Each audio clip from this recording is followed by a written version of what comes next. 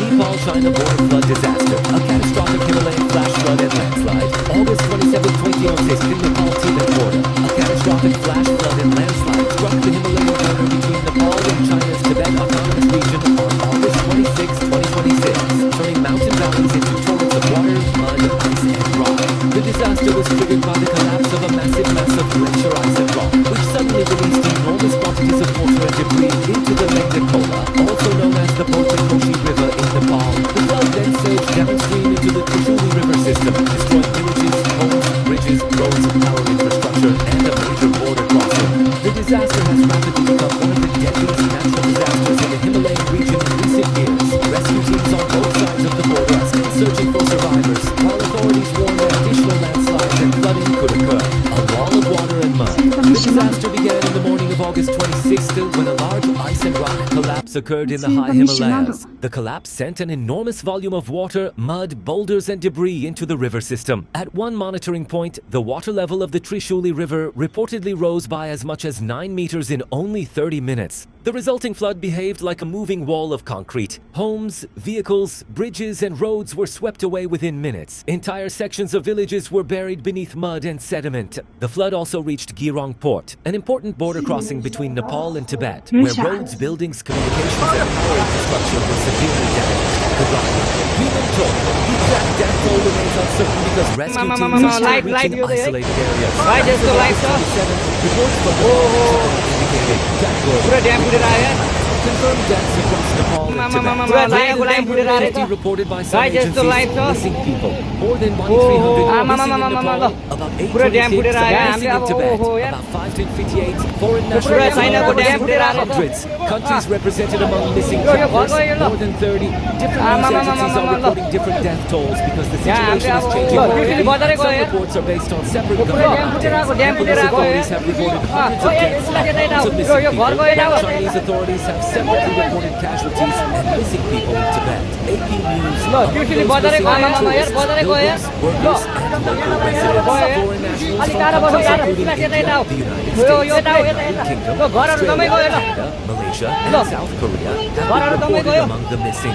Some people reported Nepalese authorities have located 100 visitors and 25 Chinese workers, while search operations continue for hundreds of others. And villages destroyed. The flood caused enormous destruction to residential areas along the river valleys. Entire sections of villages were inundated or buried under mud and rocks. Houses were swept away together with vehicles, personal belongings, livestock, and other property. The full number of destroyed or damaged homes has not yet been officially established because many affected communities remain difficult to access. Satellite imagery and photographs from the disaster zone show extensive areas covered by sediment and debris. Some previously green mountain slopes and river valleys have been transformed into large fields of mud and rock. Reuters. For thousands of survivors, the disaster means the loss of homes, businesses, farms, vehicles, and personal possessions. Roads and bridges, transportation infrastructure suffered some of the most severe damage. Preliminary assessments indicate that approximately 40 kilometers of roads were washed away or severely damaged. At least 19 bridges were destroyed or damaged. Major sections of the road network connecting Nepal with Tibet were cut off. Approximately 2 kilometers of road near Girong Port were reportedly completely destroyed. Several highways and local roads became inaccessible because of mud, debris, and landslides. The destruction of roads and bridges has become one of the biggest obstacles to rescue operations. Helicopters have had to play an important role because some affected areas can no longer be reached safely by road. Al Jazeera.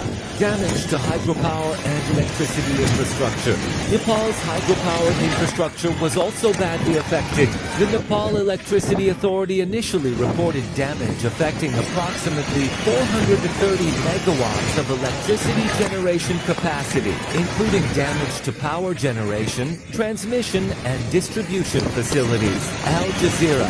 Later, preliminary assessments indicated that as many as 14 hydropower projects may have been damaged, representing approximately 748 mielidaals of combined capacity, although this figure includes projects under construction and remains subject to verification. Nepal Disaster Update Live. The loss of electricity infrastructure could have consequences far beyond the immediate disaster. Second, the collapse of electricity losses and substations forcing the river system.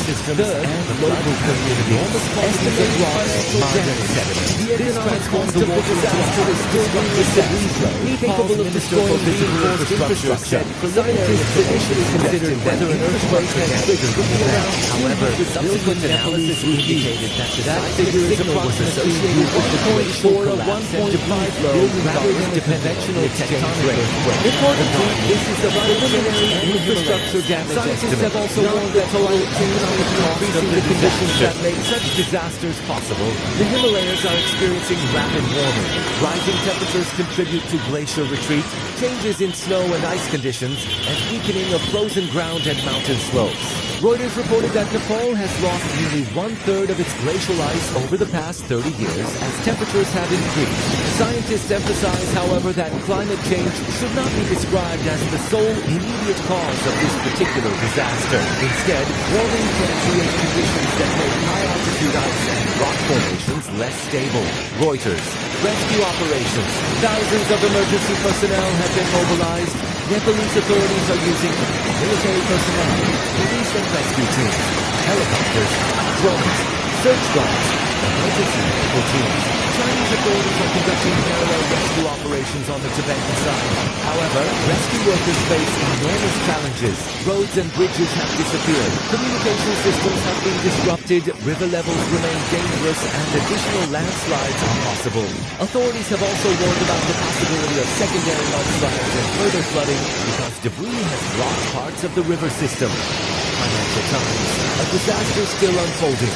The Nepal-China border disaster is not yet over. Every hour, rescue teams continue searching through mud, collapsed buildings, and river debris for people who may still be alive. Families across Nepal, China, and more than 30 other countries are waiting for information about missing relatives. The final number of deaths, destroyed homes, and total financial losses may take weeks or even months to establish. What is already clear, however, is the extraordinary scale of the destruction. A single collapse high in the Himalayas transformed a river valley into a devastating wall of water, mud, and rock, destroying homes, villages, roads, bridges, and power infrastructure within minutes. The disaster is a stark reminder of the enormous risks faced by communities living in the world's highest mountain region and of the growing need for early warning systems, glacier monitoring, disaster preparedness, and stronger infrastructure.